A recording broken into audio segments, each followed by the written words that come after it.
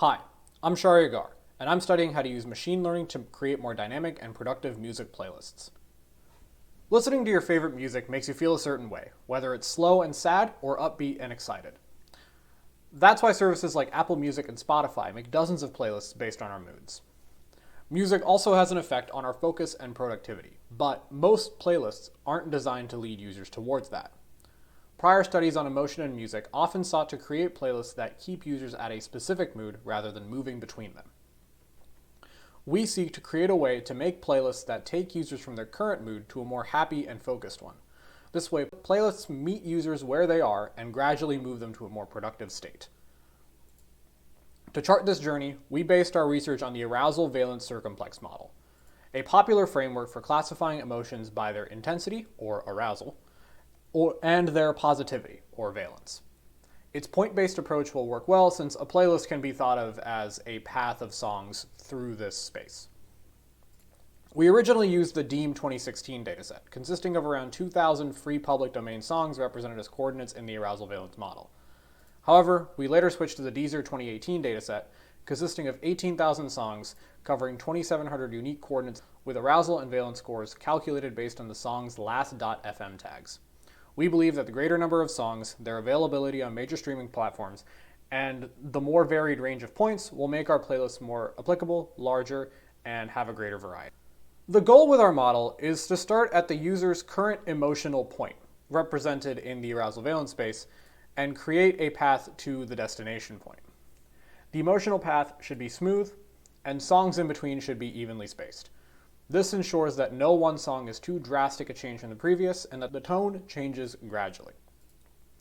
We are using a k-nearest neighbors machine learning model for our algorithm since it is designed to handle point values. To choose songs in the playlist, we first find a hypothetical target point in between our current and destination. We then find the k points or songs nearest our target, calculate the distances to those points, and then use a distance metric to determine which point is most similar to our target. That becomes our next point, and the cycle repeats until we reach our destination. We tested several distance metrics to make sure our playlist was as smooth as possible. When we compared playlists of different lengths to a perfect line between the origin and destination points, we used the popular mean squared error metric to do so. We found that using cosine similarity generated the smallest error and therefore was the smoothest.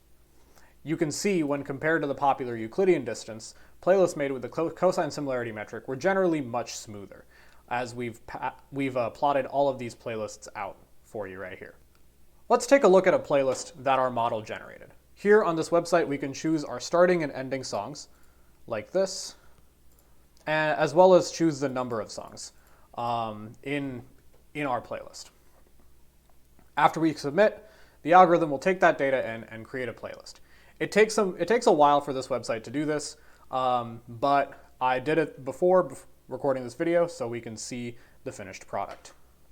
So here we see a 15-song playlist starting at How Can I Help You Say Goodbye by Patti Loveless and ending with Rachel Yamagata's 1963. And what we can do is we can take a look at this playlist on Spotify if we click this link right here. We see it right here. So I've kept the arousal and valence scores for each song in that playlist here so we can easily see how they progress emotionally. The songs slowly creep up from being sad with the first few songs, and then they keep going until they're more neutral emotionally, and then finally to being more happy and energetic. As we can see, our algorithm successfully generates a smooth direct path between two emotions in the arousal valence space using machine learning. This work is a starting point for further research. Currently, we are working to integrate our playlist with neural networks that use facial recognition to identify a user's current emotion. We are also using Spotify's built-in audio features for songs, which they use to classify genres to create playlists that not only create an emotional journey, but also stay in a similar genre.